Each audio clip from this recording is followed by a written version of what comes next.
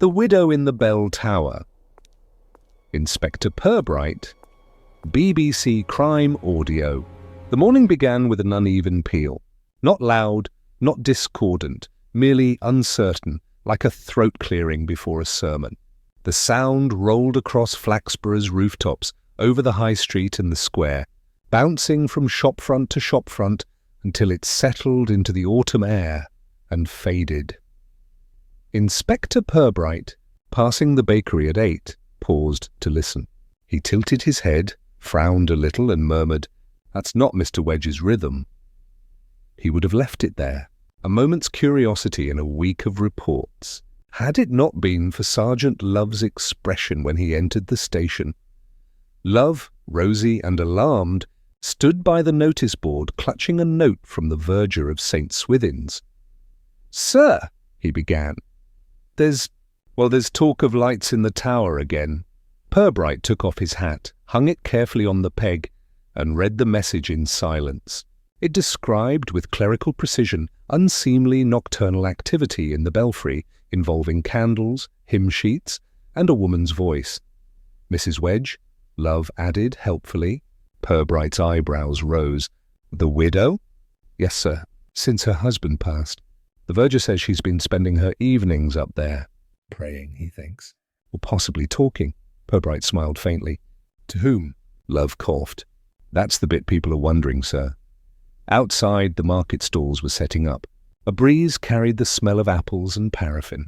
The town, unaware of its approaching gossip, moved with slow purpose. Children shouted across the square, a milk cart rattled past, and somewhere near the post office, someone began retelling the story already. Shorter, sharper, and less kind. By midday, 3 versions existed. In the first, Mrs. Wedge was said to be communing with her late husband. In the second, she had gone mad with loneliness. In the third, favoured by the hairdresser, she had discovered a hidden treasure in the tower and meant to guard it from the parish council. Purbright heard each rumour in turn, like a series of comic sketches, but something in them tugged at him. Not the widow's behaviour, but its timing. Mr. Wedge had been dead only 4 months. Grief was not news. Yet the verger's note carried a tone of indignation rather than concern. That evening, as the light faded, Purbright walked by the churchyard. The bell tower loomed pale against the dusk.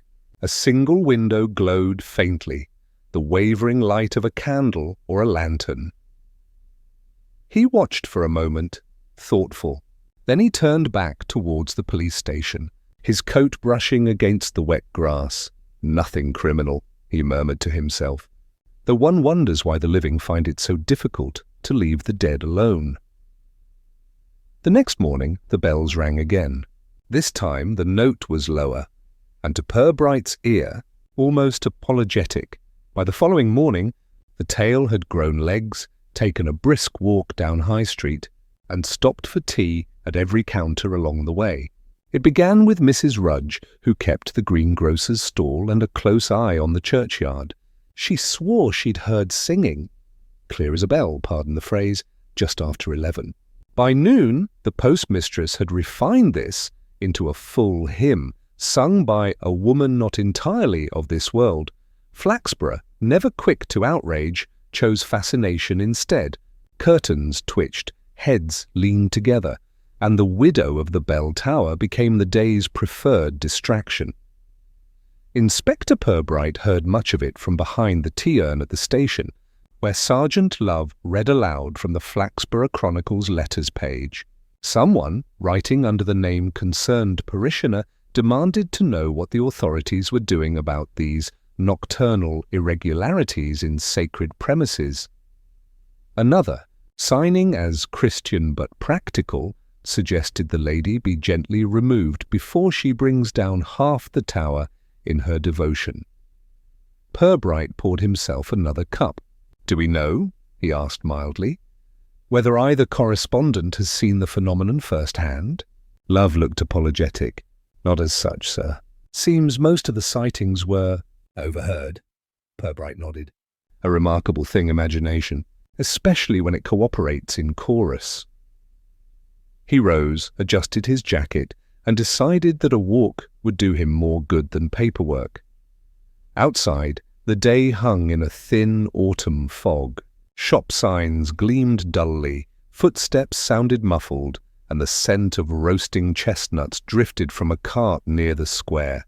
Purbright walked without haste, his eyes half on the cobbles, half on the conversations blooming behind glass. In the hairdresser's window, two women bent close over a magazine. One gestured with her scissors.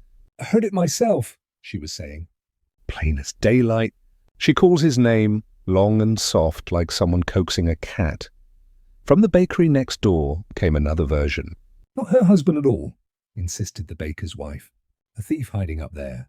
"She's feeding him through the hatch." And from the draper's, a quieter suggestion. "Perhaps she's just lonely. Better that than drink, I suppose." Purbright passed each window without stopping, though his mouth twitched once, as if suppressing a smile. By the church gate, the vicar appeared, his breath visible in the cold air. A tall man with thinning hair and a conscientious expression, he greeted Purbright with the solemnity usually reserved for funerals. "I expect you've heard the talk, Inspector." "Bits and pieces," Purbright said. "Mostly in the wrong order," the vicar sighed. Poor Mrs. Wedge. She was always devoted to her husband's work. Of course, bell ringing is rhythmic, rather like the heart, don't you think? When it stops, something in the listener expects it to continue. Purbright regarded the tower. Its stones seem to gather the mist, holding it close. Perhaps she feels responsible for keeping the rhythm alive. The vicar frowned. "Perhaps." Still, parishioners are uneasy. It's one thing to grieve, quite another to light candles after midnight. They parted with a promise of discretion, though Purbright knew that in Flaxborough, discretion was often the first casualty of conversation. That evening, the inspector found himself walking again past the church. A light glowed faintly in the tower, flickering through the louvres like breath behind a curtain. He paused near the gate, boots crunching on gravel, and waited. The sound came slowly. Not music, but the soft, rhythmic motion of rope and wood, the bells swaying in patient tempo. Beneath it, almost imperceptibly, a woman's voice murmured, not words, but syllables, indistinct and tender, as though soothing a restless child. Purbright remained still. The fog pressed close, absorbing every echo. Then the voice ceased. The bell came to rest. He exhaled, almost silently. The hour hand of his watch showed 10. He turned away, heading down the lane toward the station lamps that glowed like small fires in the distance. Inside the tower, unseen, a candle guttered. Wax dripped over brass, and a page of sheet music curled in the heat. The next morning brought fresh elaborations. Someone had seen a shadow descend the stairs and vanish. Another swore that the bell rang 12 times at midnight, though the clock above had shown only 11.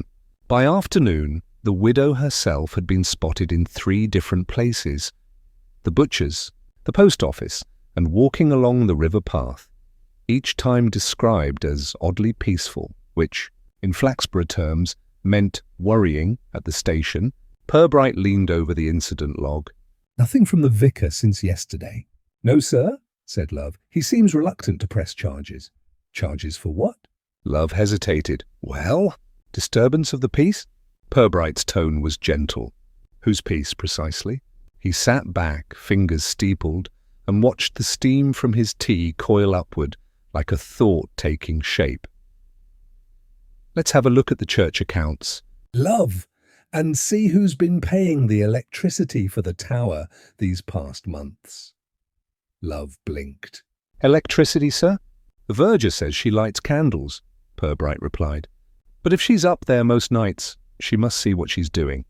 And a woman her age doesn't climb ladders in the dark without more than faith to guide her." Outside, the bells began again, steady now, well-tuned. The sound rippled over the rooftops, and somewhere in the distance, someone said, "Ah, she's found her rhythm again." Purbright listened from the window. "Or someone's found hers," he murmured. Later, as dusk fell, the inspector walked home through the square. The fog had thinned, replaced by the crisp scent of wood smoke. In the upstairs windows of the houses, lamps glowed, each one a small, silent witness. Behind one lace curtain, two elderly sisters watched him pass. "Nice man," said one. "Bit slow, mind." The other sipped her tea. "They say he knows more than he tells." "Well," said the first, "so does the widow." Their laughter followed him faintly, mingling with the bells that began, just then, to toll once more, soft, measured, and oddly human in their uncertainty. Purbright paused beneath a lamp-post, hands in pockets, eyes on the tower, barely visible through the haze. The sound carried a kind of question, and as he listened, he realized he had already begun to form an answer. By late afternoon, the fog had thinned to a silvery veil over the churchyard. The grass, damp from 2 nights' mist, gave off a faint mineral scent, and the gravestones gleamed like wet chalk. Purbright moved quietly among them, hands clasped behind his back, his shoes leaving shallow prints in the moss. The tower loomed above, a pale column rising from the dark earth, its clock face dimly reflecting the fading light. Somewhere within, a faint, scuffing sound echoed, the kind of noise that could be either life or memory. He stopped at the base of the tower steps and looked up. A window shutter, slightly ajar, fluttered against the stone. He caught a glimpse of a figure inside, thin, unmoving, framed by the dull amber of a candle flame. It might have been Mrs. Wedge, or merely her shadow, but the stillness felt deliberate, as if she were waiting to be seen. "Inspector!" The voice came lightly, but its politeness carried strain. Reverend Copping emerged from the porch, his cassock unbuttoned, a paper in one hand and a frown he hadn't meant to wear. "I thought I heard footsteps." "You've caught me, rather. Well, between visits." Purbright turned, inclining his head. "I'm not in a hurry, Reverend. Just looking about. It's a fine old building." The vicar followed his gaze upwards, squinting as though the tower were misbehaving. It does lend itself to theatrics, doesn't it? "I've been plagued all week by curiosity seekers. A verger swears he saw her carrying a lantern up the stairs. You know how stories grow here?" "Yes," said Purbright mildly. "Rather like ivy," the vicar smiled thinly. "Indeed. Between ourselves, the poor woman's become something of an embarrassment. Parishioners have begun asking whether she means to ring for the resurrection." Purbright's eyes stayed on the tower. "Does she still have access to the keys?" Copping hesitated. "She did, after her husband's death. I thought it kinder not to take them away immediately. She seemed so very—" "Adrift." He folded the paper in his hand, a church circular, creased and blotched. "I suppose I didn't expect her to start haunting the place." Purbright said nothing for a moment. The air was still, save for the slow creak of the shutter above. Then, did Mr. Wedge leave any parish responsibilities unsettled? Church funds, perhaps? Accounts? The vicar's tone brightened too quickly. No, everything in order." "At least I believe so. Mrs. Wedge handled most of his paperwork near the end, poor woman. He was unwell for months." "Ah," Purbright adjusted his hat brim. "And the illness?" "Stroke, I think. Sudden? The doctor—" He stopped, remembering something that tightened his jaw. "Dr. Hurst handled the certificate. I signed the notice for the register." "It was all quite proper." "Quite," Purbright said. He let the word rest like a bookmark. They began to walk slowly towards the gate. The vicar's shoes scraped the path, while Purbright's moved noiselessly beside them. "I hope," Copping ventured, "you're not considering—" "Official involvement." "It would unsettle the parish dreadfully." Purbright smiled, a small, almost apologetic expression. "Official involvement is such a strong phrase." "I'm merely observing. People do curious things when they grieve.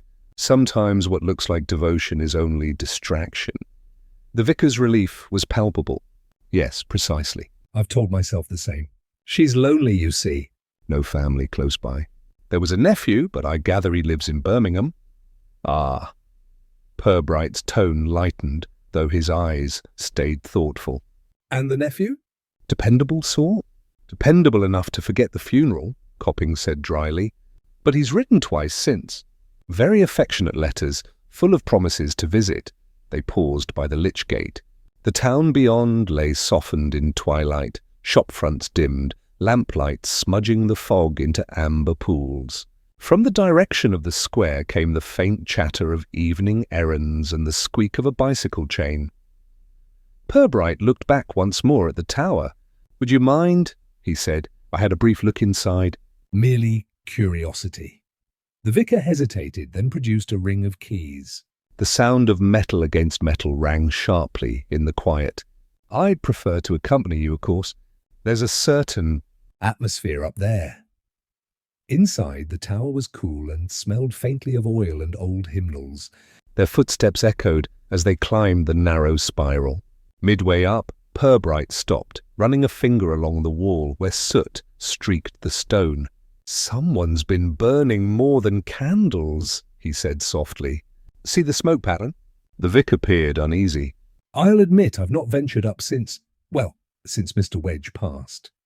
At the top, the chamber opened into a small square space with ropes hanging neatly from their pulleys.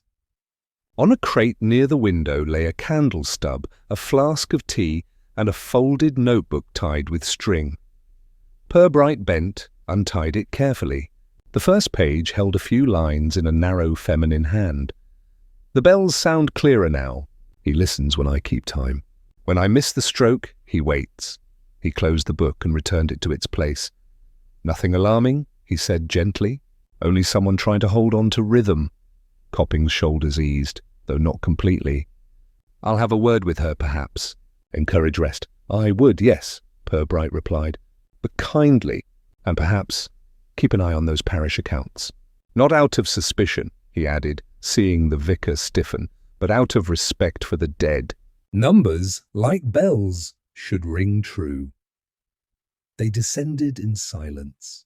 At the base, the inspector paused, touching the railing where wax had hardened in pale drips. Outside, evening bells began again, muffled and low. As the vicar locked the door, Purbright glanced once more toward the square, where the lamps flickered faintly through the mist. "Funny thing about churches," he said, almost to himself. "They echo just as much when they're empty." He walked away into the dusk, his figure dissolving gradually into the sound of the bells. A slow, questioning cadence that seemed to toll for more than memory. By the end of the week, the matter of Mrs. Wedge had been neatly sewn up by popular consensus. Grief, people said, is like ivy. It climbs where it can, and if that happens to be the church tower, well, poor soul, better there than in the public house. Flaxborough, which prized civility above accuracy, preferred its tragedies tidy in the station. Purbright found 3 separate reports, none official, all unsolicited, advising him not to interfere with a woman's mourning. One was written on pale lilac stationery and smelled faintly of lavender. Another arrived folded within a church newsletter, as if moral authority could be enclosed by post. He read each without irritation, only a sort of wry affection for the town's eagerness to instruct the police in compassion. Miss Teatime appeared that afternoon, gliding into his office with a rustle of silk and the faint clink of charm bracelets. Her visits, though never formally announced, were invariably well-timed. She placed a paper bag of scones on his desk, followed by her handbag, then herself, with the ease of someone arranging a small stage. "You've been neglecting the social weather, Inspector," she said. "Everyone's talking about your widow." Purbright looked up mildly. "Mine? The one in the tower, of course. I've heard 4 explanations this morning alone. My favourite involves a séance conducted through the belfry ropes. The participants, it seems, are pigeons," he smiled. "Flaxborough never lacks imagination, Miss Teatime." She removed her gloves, smoothing one finger at a time. "Imagination, yes, but not subtlety. They've decided she's harmless, which, as we both know, is an adjective best treated with suspicion." Purbright poured her tea from the pot that appeared whenever she did. "Why suspicion?" Because harmlessness, she replied, is often camouflage for intent. People prefer the idea of gentle madness to inconvenient purpose. It absolves them of curiosity. He regarded her thoughtfully. And what purpose do you suppose Mrs. Wedge might have? Oh, none I can prove, she said airily, taking a sip. But I once knew a widow in Worcester who lit candles nightly for her husband. Everyone thought it touching. Turned out she was melting down church brass in the same flame. Sold it to a scrap dealer. Very thrifty, Purbright's mouth curved slightly. A practical saint? Precisely. She set down her cup. You've noticed, I assume, that the nephew's come back? He had, though the confirmation interested him. I've heard mention. Arrived yesterday. Charming. In that provisional way men are when they need to borrow something. Claims he's come to look after Auntie. I should think he'll begin with her savings. Purbright leaned back, fingers steepled. I've been meaning to meet him. Birmingham, wasn't it? Nominally. He's been staying at the Bell and Crown. You might enjoy him. He smiles too much. The inspector's gaze drifted toward the rain-specked window. A common habit among the undeserving, he murmured. Still, I'm grateful. Flaxborough grows dull when virtue is unopposed. Miss Teatime stood, collecting her gloves. Do try not to scold the poor woman when you see her, Inspector. People in grief can be terribly inventive. When she had gone, the room felt smaller, filled with the faint perfume of curiosity she always left behind. Purbright sat a while longer, then rose, coat in hand, and walked into the late afternoon drizzle. The Bell and Crown stood at the corner of the square, its sign creaking faintly in the damp wind. Inside, the air smelled of beer, smoke, and well-worn conversation. At a table near the window sat a young man of 25 or so, hair too glossy for the weather, cuffs just a little frayed. He looked up as Purbright approached and smiled the kind of smile that asked for leniency before any offence had been committed. Mr. Wedge, I presume? Gordon, said the man, rising. You're the inspector. I've heard of you. Likewise, Purbright said. Your aunt's been rather the subject of interest, Gordon laughed easily. Ah, yes, her tower theatricals. Poor old dear's not quite herself, I'm afraid. Took Uncle's death badly. I've come to help her settle things, you see. Family duty and all that. Purbright took a seat opposite him. Commendable. Do you intend to stay long? Just until she's right again. She shouldn't be alone up there. Does she agree? A flicker passed over the young man's face, a pause too brief for most to notice. She'll come round. She always relied on me. Purbright nodded, the conversation slipping into a gentler rhythm. He asked about Birmingham, about the family, about the late Mr. Wedge's health. Gordon's answers were smooth, carefully spaced, and never more than necessary. He described his uncle as steady, reliable, a man with simple habits, though one sensed he knew little beyond those words. When Purbright rose to leave, the nephew offered his hand. If I can do anything to help, Inspector, you already have, Purbright said pleasantly. You've confirmed a rumour. Oh? That grief, he said, reaching for his hat. Tends to attract company only when it's rumoured to be profitable. He left the young man blinking, uncertain whether he'd been complimented or warned. Outside, the drizzle had thinned to a fine mist. The bells began again, their notes low and deliberate. Purbright paused at the edge of the square, glancing toward the church tower, barely visible through the haze. A light glimmered there once more, faint and steady. He thought of Miss Teatime's words, harmlessness as camouflage, and found himself smiling, though without humour. Flaxborough's tidy theories always came with frayed edges, and somewhere in that tower, he suspected, someone had begun tugging at the thread. He walked on, the cobbles slick beneath his shoes, the sound of the bells following him like a slow, persistent thought he could not yet name. Rain returned in the night, a fine, steady whisper against windows, soft enough to conceal thought. By morning, the gutters along High Street trickled with patience, and Flaxborough wore the look of a town recently washed of its gossip, if not its conscience. Inspector Purbright arrived early at the station, hat damp, coat neatly folded across a chair. The air smelled of coal and damp paper. Sergeant Love was already there, his spectacles misted from the walk. He looked up from the ledger he'd been pretending to understand. "Morning, sir. Bit of excitement yesterday, I gather? Miss Teatime mentioned you'd met the nephew. She did she?" Purbright replied, taking off his gloves.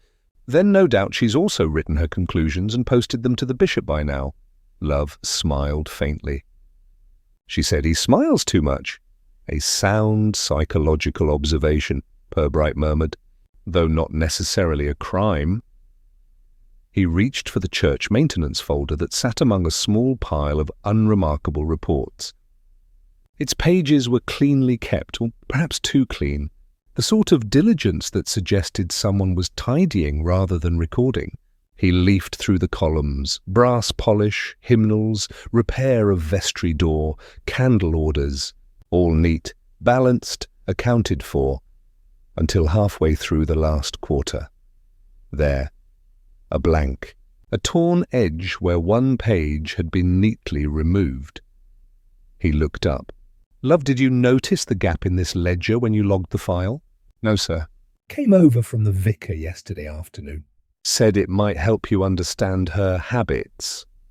"Habits are rarely itemized," Purbright said, "but arithmetic often tells its own stories." He closed the folder, rising with the calm of a man whose thoughts were beginning to align. "Fetch me the file on local insurance holdings, anything connected with church property." "And perhaps, if it's not raining too violently, you could stroll over to the Bell and Crown, see if young Mr. Wedge has settled his bill." Love blinked. "Settled it, sir?" "Or charged it," Purbright said, reaching for his coat. "Either will do." The air outside carried the metallic tang of wet stone. He walked through the square, where shopkeepers were sweeping puddles into the gutters with an air of long-suffering dignity. The bell tower, barely visible through the grey light, seemed taller for its silence. Inside St. Swithin's, the smell of damp rope and wax was strong. Purbright found the verger polishing a brass plaque with unnecessary vigour. "Morning, Mr. Dill, Inspector." The man straightened, wiping his hands on a cloth. "Come about the widow again?" "Among other things," Purbright said mildly. "Tell me, you've been here long enough to know how the bells behave. Ever notice them misstriking?" The verger considered. "Not till lately. Since Mr. Wedge passed, they've been odd. She says it's the air pressure, but she, Mrs. Wedge, comes up here most nights to keep them in practice, reckons the ropes grow stiff if they're not used." Purbright's eyes travelled to the coil of thick rope that hung beside the wall. New hemp, pale against the soot-darkened stone. "You've replaced some of them, half the set. The rest were worn through. Who ordered them?" "Her, mostly. Said it was her duty." "Paid out of some fund her husband kept." "I didn't ask." Purbright turned the rope gently between his fingers. It smelled faintly of oil, fresh oil. "You're certain she paid?" "Brought the cash herself." He nodded. "Thank you." "You've been helpful, Mr. Dill, more so than you realise." The verger frowned. Unsure whether he'd been complimented. By the time Purbright returned to the station, Love was waiting with damp trousers and 2 sheets of paper. "Got what you asked, sir? Church insurance renewed last month. The policy includes coverage for fire and damage to structural elements. Value nearly doubled." Purbright took the paper, his thumb resting on the signature at the bottom. "G. Wedge, her husband?" "No, her nephew," Love whistled softly. "Clever lad. Probably persuaded her it was for protection." "Quite so," said Purbright. "And protection is a word that covers many sins." He placed the paper aside, eyes narrowing slightly. "And the innkeeper?" "Bill's still open. He's paying by the week, or says he will once his aunt's allowance clears." Purbright allowed himself a small sigh. The confidence of youth, so easily mistaken for sincerity. That evening, the rain eased, replaced by a raw wind that carried the smell of the river. Purbright walked alone past the church again. The tower window was dark for once. No flicker of candle, no movement against the glass. He stood by the lich gate, watching the branches of the yew tree sway, and thought about numbers that didn't match. Inside that ledger, one page gone. An insurance policy conveniently doubled, a nephew whose sympathy was written on credit, and a widow who climbed nightly to ring bells that no longer needed ringing. He listened. No sound but the faint groan of rope through pulleys, the shifting timbre of the tower in the wind. Then, just as he turned to leave, a low thud echoed within, as though something had fallen from height onto hollow wood. He waited, breath misting in the cold air. Nothing followed. A lesser man might have gone to investigate. Purbright merely glanced once more at the tower, thoughtful and grave. "Concealment," he murmured. Such a respectable instinct. He walked on, boots scuffing through wet leaves, the night gathering around him. Somewhere behind, a bell gave a single uncertain toll. One note only, resonant and incomplete, before silence returned, heavier than before. Morning came with a brittle sun, pale and unconvincing, the kind that promises clarity yet reveals only dust. Flaxborough moved quietly beneath it, each shopkeeper sweeping not only their thresholds but their consciences. The bell tower, washed clean by rain, stood as it always had, indifferent, watchful, a fixture to which every whisper inevitably returned. Inspector Purbright began his circuit with the unhurried precision of a man accustomed to small truths. At the grocer's, he found Mrs. Rudge rearranging apples for the third time that hour. Her hands, red from cold water, never stopped moving.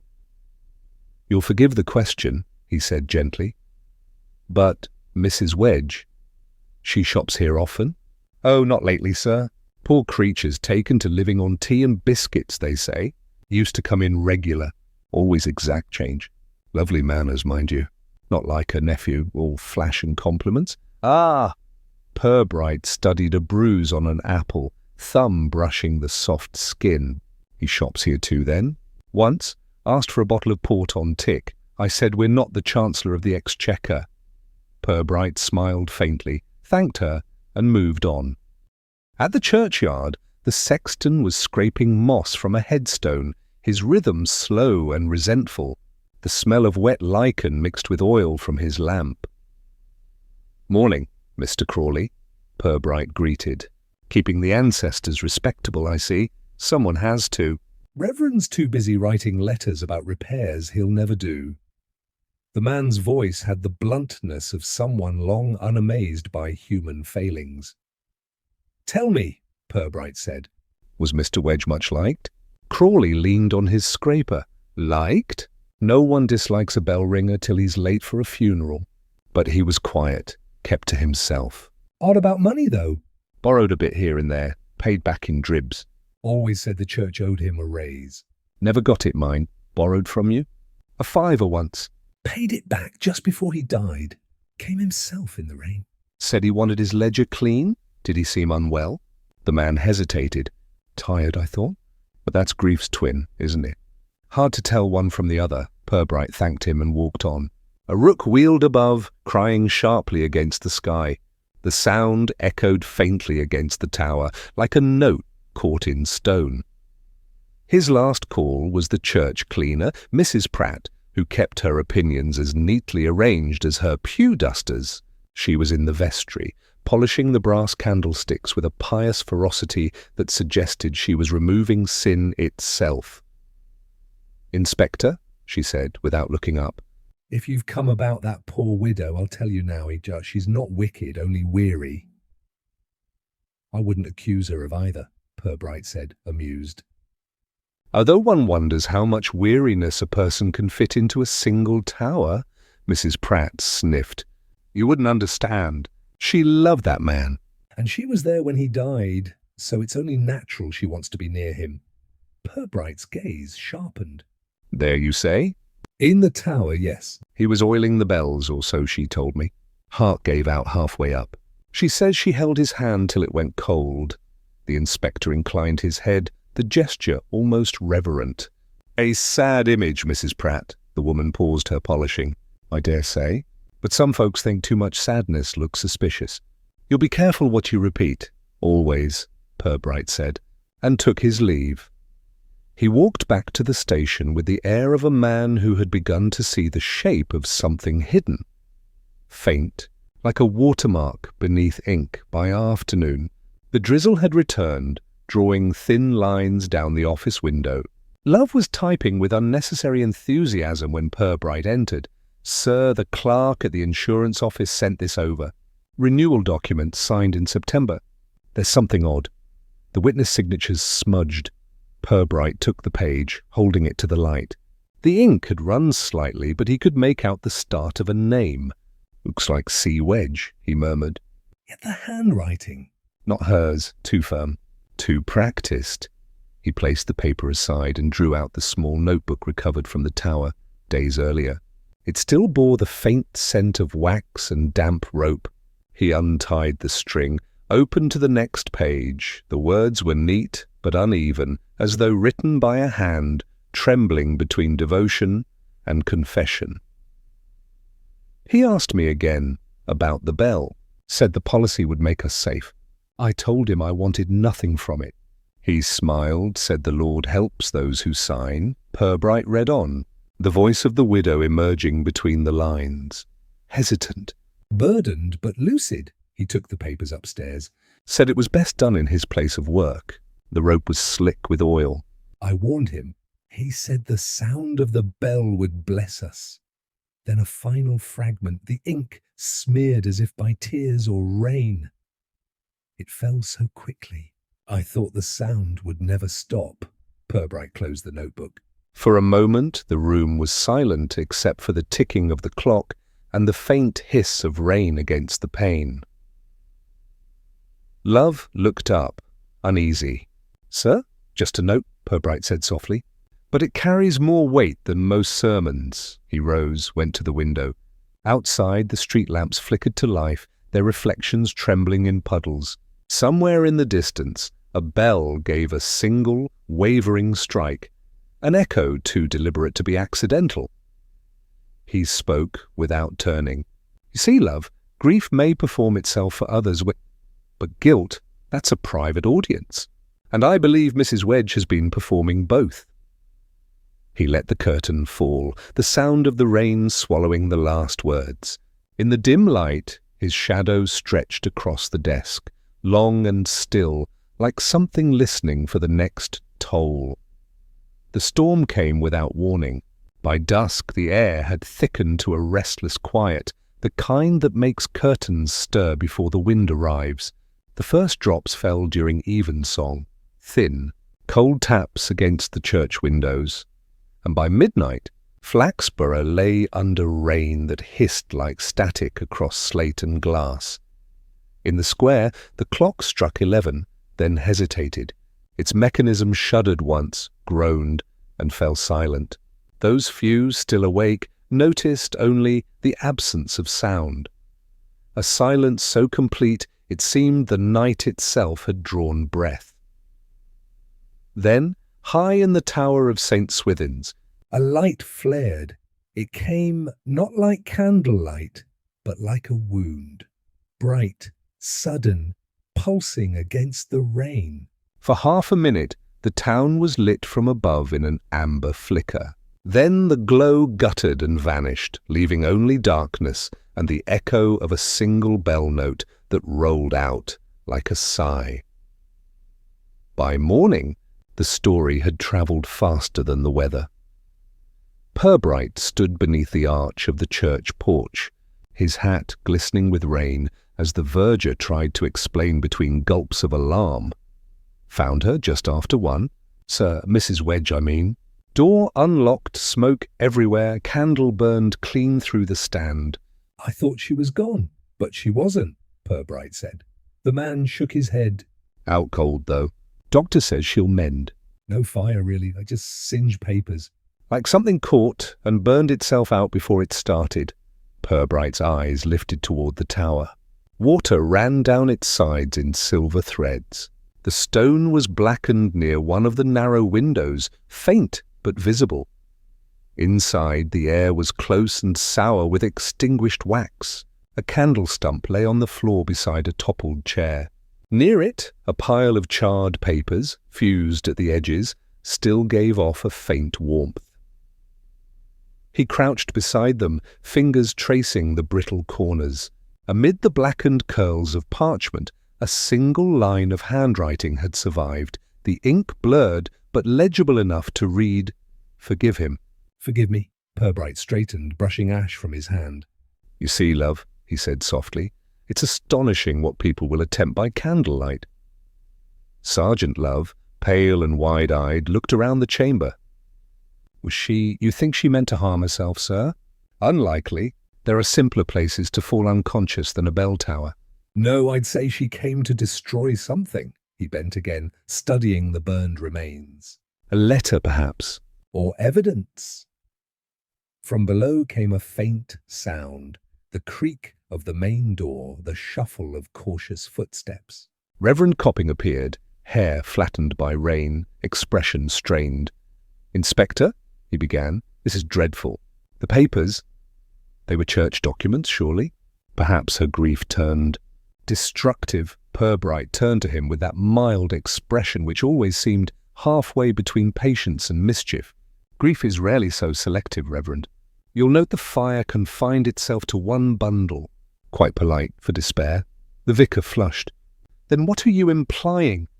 "Nothing yet, though I wonder if you could oblige me by checking the parish safe. I believe the insurance policy and account book were kept there." The Reverend hesitated. "Wait, surely that's no concern of—" "Just humour me," Purbright said. His tone was pleasant, but his eyes did not waver. They descended together. The corridor echoed faintly, each step a soft clap against stone. The safe stood open in the vestry corner, its iron door ajar, a faint smell of singed paper lingering. Copping reached inside. His hand hovered, then withdrew empty. "The ledger's gone," he said quietly. Purbright nodded once, as if confirming something he had already decided. "Thank you, Reverend. You've been most illuminating." He left before the man could reply, walking through the nave where sunlight, pale and uncertain, had begun to press through the high windows. The rain had stopped. Outside, puddles shone like small mirrors. At the hospital later that day, the room smelled faintly of antiseptic and damp linen. Mrs. Wedge lay propped against white pillows, her face pale but composed. The lines of fatigue had softened into something like peace. Purbright pulled a chair close and sat quietly for a moment before speaking. "You gave us a fright. Mrs. Wedge, fires in bell towers are rarely considered devotional." Her lips curved barely. "I didn't mean it to spread. I thought—" "If I burned the rest, perhaps it would end." "The rest of what?" "The pages," she said, eyes still closed. "The ones he made me sign." He waited. The clock on the wall ticked steadily. "I thought it would be kind," she whispered. "He said it was just a policy. Safety for the church, he called it." "But when he fell—" She stopped, her breath trembling. "Was his rope, Inspector? He greased it himself that night." "Said it mustn't stick. I didn't know. I didn't know until I saw the mark on his hand." Purbright's voice, when it came, was quiet. "He meant it to look like an accident." Her eyes opened then, and there was neither confusion nor fear, only the stillness of someone who has seen both sides of a truth. "He wanted the money. He thought it would leave us safe. But it left nothing safe, so I kept watch. I thought if I prayed long enough, perhaps God would unhear the lie." "Instead," said Purbright, "you almost joined him." She smiled faintly. "No, Inspector. "I only wanted to finish what he began. Properly this time." He looked at her for a long moment, then rose. When you're stronger, someone will need to take your statement. "Until then, rest. The bells can manage without you." As he reached the door, she spoke again, her voice a whisper, carried by the slow tick of the clock. "The rope was meant to break, you see." He tested it. He thought it would stop halfway. "But it didn't." Purbright paused, one hand on the frame. "No. Things seldom break when you expect them to." Outside, the afternoon light had changed, cleaner now, almost forgiving. The bells of St. Swithin's were silent still, their ropes hanging motionless in the tower. As he walked away, the inspector glanced once at the clock, face above the square. Its hands had been repaired, gleaming faintly in the sun. He checked his watch. Both told the same time. And yet, as he listened to the wind stir faintly through the town, Purbright felt certain that somewhere beneath the quiet, something still waited to be set right. The town spoke softly now. Where once there had been speculation, there was sympathy, the kind of sympathy that grows quickly when a story seems safely concluded. Mrs. Wedge was poor dear Clara again, not the ghost in the tower, nor the madwoman with candles, but a pitiable remnant of devotion. People dropped flowers at the church gate, and the bell ropes were left untouched out of respect. Purbright, however, distrusted neatness. It was an instinct sharpened by years of polite untruths, and in Flaxborough, politeness had the weight of ritual. He stood one afternoon by the river path, coat collar turned against the wind, watching the slow swirl of leaves on the water. The air smelled of mud and distant smoke. The tower's reflection trembled on the surface, a wavering column bisected by ripples, half real, half imagined. He turned at the sound of footsteps. Miss Teatime approached, gloved and radiant against the grey day. She carried a paper-wrapped parcel and the expression of someone whose curiosity had already paid off. "I brought you something, Inspector," she said, handing him the parcel. "Lemon buns." A reward for restraint. "You haven't arrested anyone in nearly a week." He accepted it gravely. A professional failing, perhaps?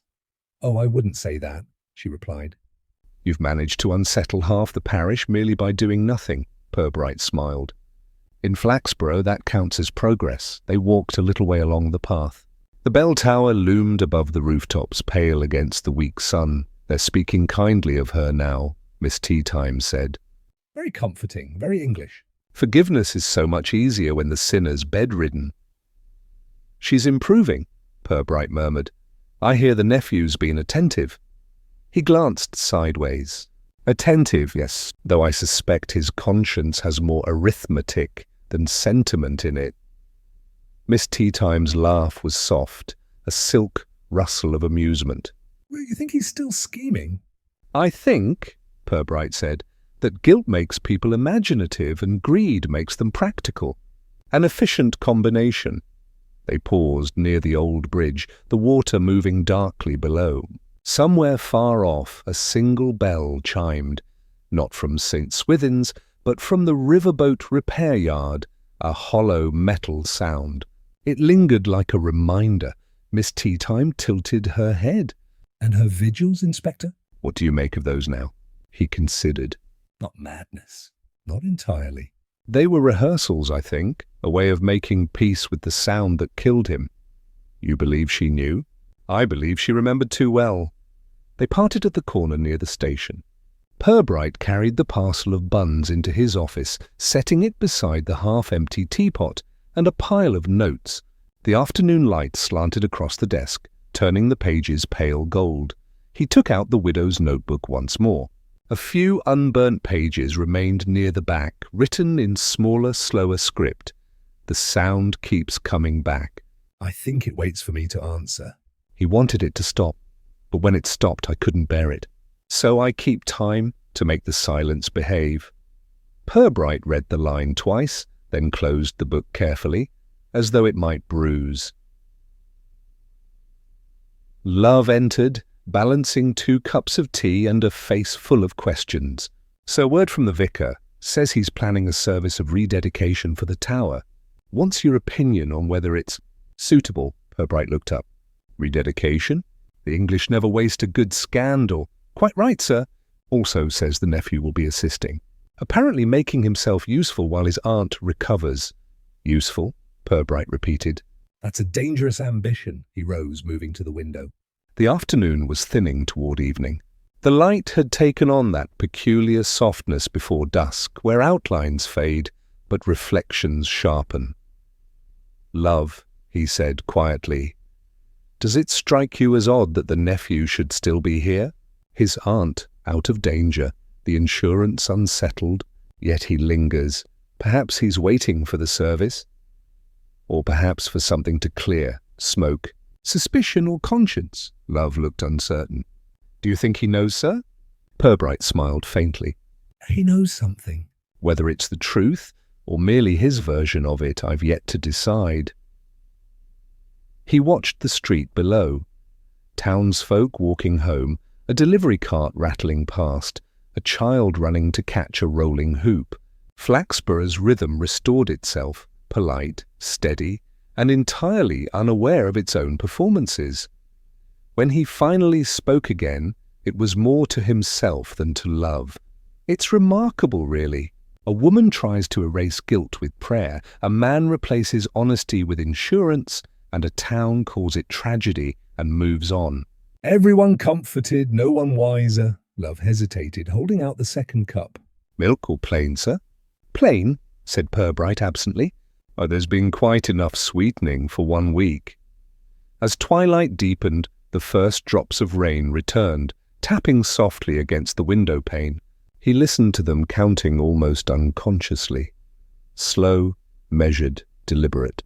The rhythm echoed faintly that of the bell he'd heard days before, a pattern impossible to forget once noticed. He wondered, not without melancholy, whether Mrs. Wedge had found the same comfort in her counting, the small order a person imposes when everything else has come undone. Outside, a lamplighter moved along the square, raising one flame after another into the dark.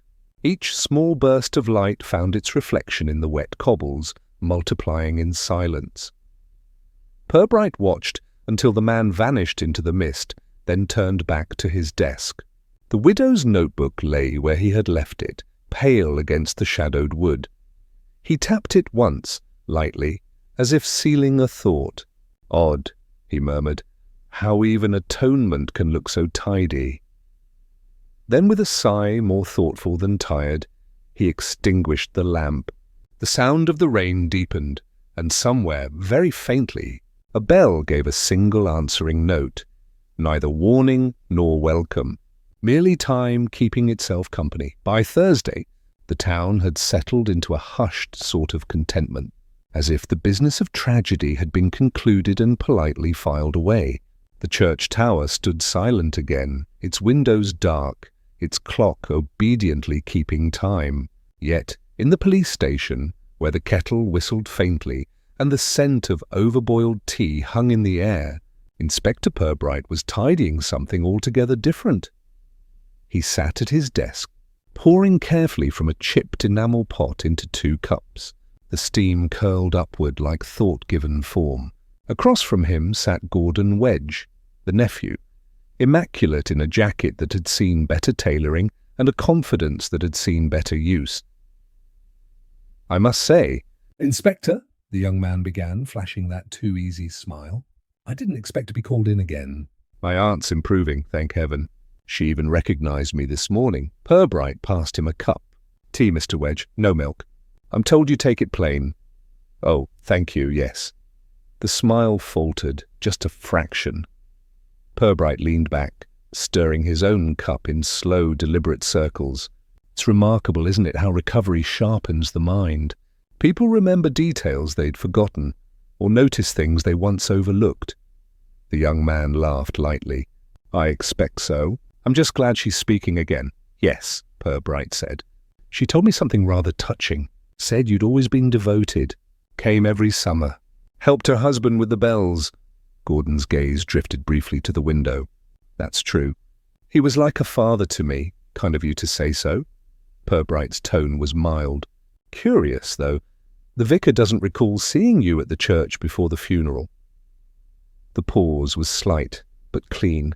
As if a string had been plucked. Well, Gordon said. Recovering, it's possible he wouldn't have noticed. I wasn't much in the habit of attending services. Few of us are, Purbright said, smiling. Still a pity about the key. Key? The one to the vestry safe. The vicar tells me your aunt had a copy to access her husband's accounts. Odd then that it should turn up in your jacket pocket. Gordon's mouth opened. Closed again. Oh, well, she must have given it to me.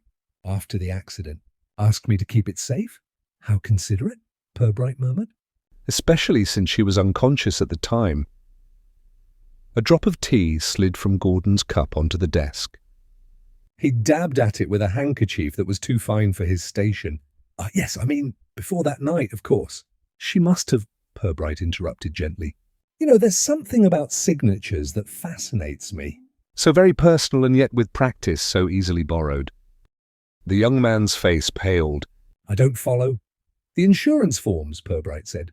2 signatures. One hers, trembling, uneven. The other, a witness. Very steady hand. A clerk's hand, perhaps. Except, of course, you're not a clerk. Silence gathered in the small office. The clock ticked once, twice.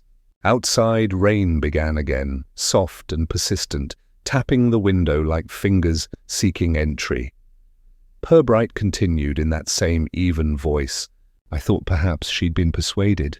People do desperate things when faced with debt. But then I noticed another detail, the hymn sheets. The missing ones from the tower. Gordon looked bewildered now, more from fear than confusion. Hymn sheets? Yes. Mrs. Pratt swore she'd left a full set for Sunday's service. When I found the remains of the fire, a few titles were legible. Rock of Ages, Lead, Kindly Light, and one more, Abide with Me. Except that hymn, Mr. Wedge, was removed from the parish book 6 years ago, replaced after misprinting. He leaned forward slightly, voice lowering. Which means whoever copied that page into her notebook used an old edition, your uncle's edition. The same one found in your aunt's house after his death, Gordon swallowed. That proves nothing. It proves opportunity, said Purbright. And affection, perhaps. The sort of misplaced affection that makes a man greedy on behalf of others. He rose, walked to the filing cabinet, and withdrew a small envelope. Inside was a fragment of charred paper, the edges brittle, the handwriting faint. He placed it gently before the young man. Forgive him. Purbright looked at him then, not sternly, but with the compassion that always made guilt harder to bear. She tried, you know. She meant to forgive you. Burn the rest, keep the peace. But you made it rather difficult by visiting her bedside with the vicar's safe key in your coat. Gordon's voice cracked. I didn't take anything. I swear it. I believe you, said Purbright. You'd already taken what mattered. The young man stared at him, the defences draining from his expression until all that remained was the weary truth beneath. He said it was foolproof, he murmured. Small accident, he said. Just enough to release the policy. She wouldn't have to worry again. I didn't. He stopped, shaking his head. I thought it was all settled when he died. But then she started talking about forgiveness. About confession? Purbright folded his hands. Confession is inconvenient to those who profit from silence. Gordon looked up sharply. What happens now? Now? Purbright refilled his cup, the sound of pouring tea soft and steady. Nothing dramatic. I dislike theatrics, especially where families are concerned. You'll return to Birmingham, quietly. The vicar will find the missing ledger, restored, anonymously, to his desk. And your aunt will continue her convalescence without further visitors, the young man blinked. You're letting me go? I'm allowing you to leave, Purbright corrected gently. Flaxborough prefers its sins unresolved. It keeps the peace. He reached for the bell pull and gave it a light tug. Love will see you out. As the door closed behind the nephew, Purbright remained seated, listening to the distant shuffle of footsteps receding down the corridor. Rain still tapped softly at the window, a slow, thoughtful rhythm. He stared at the charred scrap on his desk until the letters blurred into a single smudge of grey. He spoke aloud, almost to the silence. Forgiveness, he said quietly, is the most efficient form of evidence destruction. Then, with a sigh that could have been fatigue or pity, he poured what was left of the tea into the saucer, watching the ripples settle until all movement stilled. The morning after Gordon Wedge's departure arrived with an unseasonable calm, as though the air itself had tired of rumour. The streets gleamed faintly with last night's rain, and the sound of carts echoed softly against the stone shop fronts.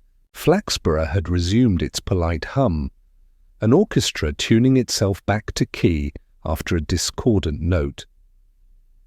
Inspector Purbright walked through the square without hurry, his hands clasped behind his back. The clock above the council building chimed 10, steady and untroubled, and for once the bells of St. Swithin's remained obediently still. He found Reverend Copping in the churchyard, wrestling a hymn-board into position. The vicar looked up with the anxious courtesy of a man uncertain whether gratitude or reprimand awaited him. "Ah, Inspector. Good morning. You'll be pleased to hear we've arranged a small Thanksgiving service. Nothing ostentatious, just a note of renewal." "Quite fitting," Purbright said mildly. "The living do so enjoy tidying after the dead." The vicar hesitated. "I trust everything is now resolved?" "In a manner of speaking." Purbright glanced toward the tower. Its stone, pale in the new light, revealed the faint scars of smoke near the upper window. "Your accounts will balance again. The missing ledger should reappear on your desk by tomorrow." The vicar blinked. "Indeed, how extraordinary." "Not really," Purbright murmured. "Restoration often follows revelation, though never in quite the same proportions." He left the man puzzling over that, and crossed the churchyard to where the verger was pruning a yew hedge. The scent of cut resin filled the air. "She's gone back to the cottage, then?" Purbright asked. "Yes, sir," said the verger, pausing. "Doctor thought she'd rest better there. Took her bell ropes with her, if you can believe it. Said they knew her hands." "Some relationships," Purbright said, "are easier maintained than ended." He moved on. The path was damp underfoot, the moss darkened by rain. He paused at the base of the tower and looked up. The window glinted faintly, catching the pale sunlight. Inside silence reigned, not hollow now, but settled, like dust after a storm. Later that afternoon, he made his way to the cottage at the edge of town. Mrs. Wedge sat by the hearth, a shawl wrapped close around her shoulders. The room smelled faintly of lavender and extinguished candles. A small clock ticked unevenly on the mantel, a sound like hesitant breathing. "You've come to close it," she said, not unkindly. "I prefer to say conclude it," Purbright replied, removing his hat. "Closing suggests something permanent. I've found little in human behaviour truly is," she smiled, a weary, unembellished gesture. "Then you know everything." "Enough." He sat opposite her. The fire crackled softly, throwing small lights across her lined face. The forgery, the fall, the fire. All the ingredients of melodrama except for malice. "I've seen worse motives than protection. He didn't mean to die," she whispered. "He thought the rope would slip, not break. Said the church would benefit. And we too in our way. When it happened, I thought God had chosen to punish him." "And so you chose to punish yourself," Purbright said gently. "Night after night reliving it. The tower, the candles, the bells." "A very English penance. I couldn't bear silence," she said. The house was too still. The sound of the bell made it seem he was still at work, still alive somewhere between the strikes. He nodded slowly. "You were trying to keep the lie from decaying."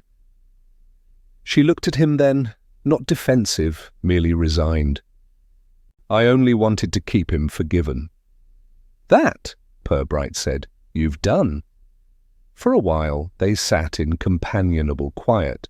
The flames dipped low, leaving a faint hiss of sap. Outside, the wind turned through the trees, and somewhere far off a child's laughter carried faintly across the fields. At last she spoke again, her voice barely above the crackle of the fire. "Will there be trouble? For him? For the money?" "No trouble," Purbright said. "The policy will lapse quietly, the accounts will correct themselves. The town, in its kindness, will call it Providence. And you, Mrs. Wedge, will call it peace." Her eyes closed briefly, as if in benediction. "You're a kind man, Inspector." "I'm a bureaucrat with occasional sympathy," he said, rising. "We're dangerous only when combined." He took his hat, paused at the door. "One thing puzzles me still. Why burn the papers so late?" You could have done it any time." She looked toward the cold window, where the faint outline of the tower could be seen through the mist. "Because that was the night I stopped hearing him." Purbright inclined his head. "Ah, then it was time." Outside, the sky had softened to the colour of pewter. The road back to town gleamed faintly, and the air smelled of wet leaves and coal smoke. He walked slowly, the faint toll of a distant bell marking his steps. Each note lingered just long enough to dissolve into the next, seamless, unhurried, a rhythm neither mournful nor glad, merely human. By the time he reached the square, the lamps were being lit again, their glow settling over the cobbles like a final curtain. The town, as always, preferred its endings understated. He stood for a moment beneath the clock tower. Its hands moved faithfully, its chimes struck clean. Nothing now was out of order.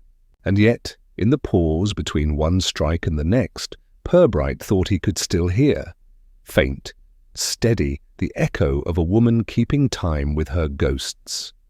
He smiled faintly as though greeting an old acquaintance. Then he turned his collar against the cold and walked on through the rain's first returning whisper. The week that followed passed with unremarkable precision, which, in Flaxborough, was the highest form of contentment. The market square regained its measured chatter.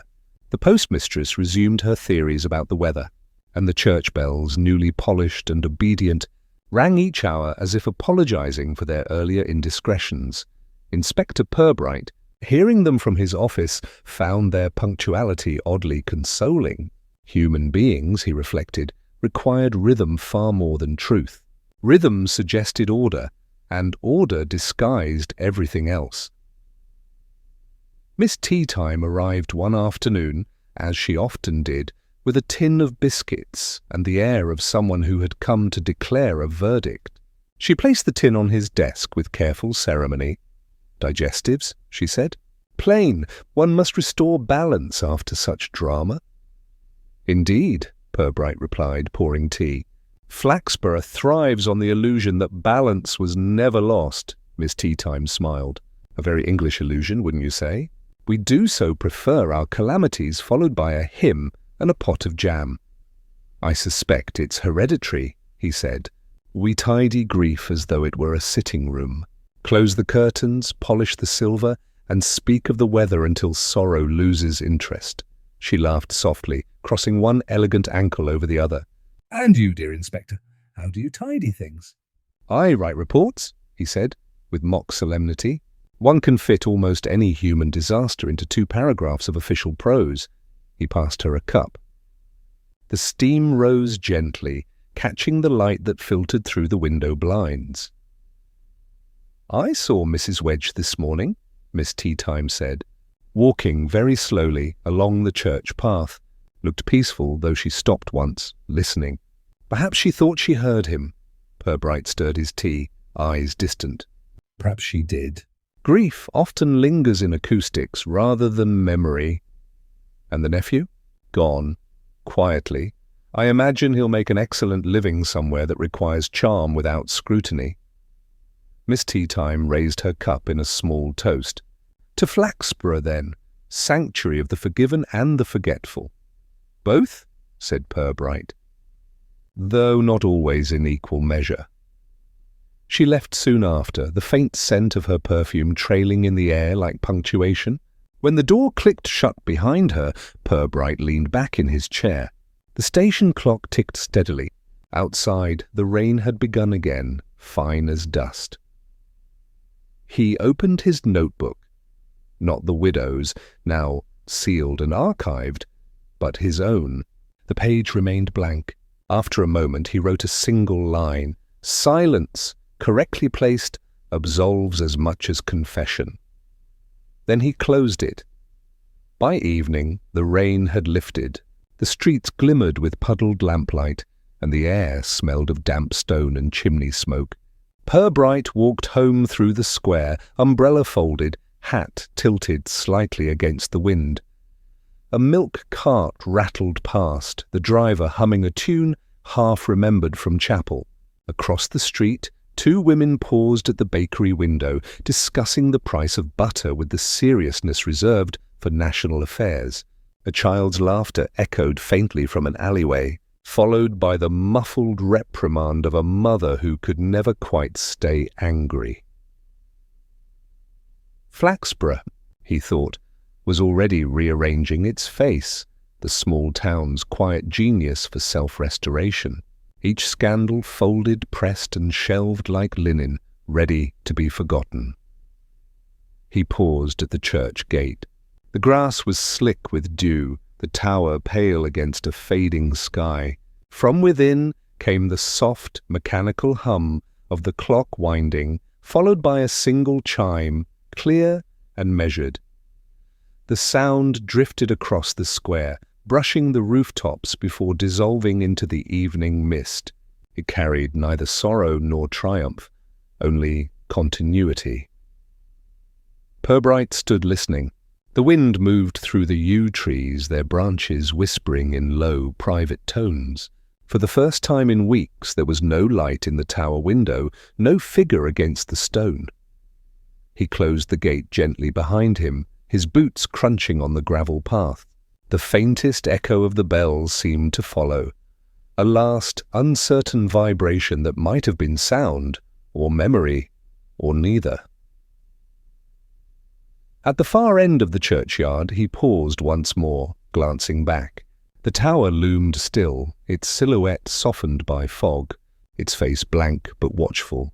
He thought, not without affection, of the widow keeping her lonely vigils, the rope slipping through her hands, the rhythm steadying her heart.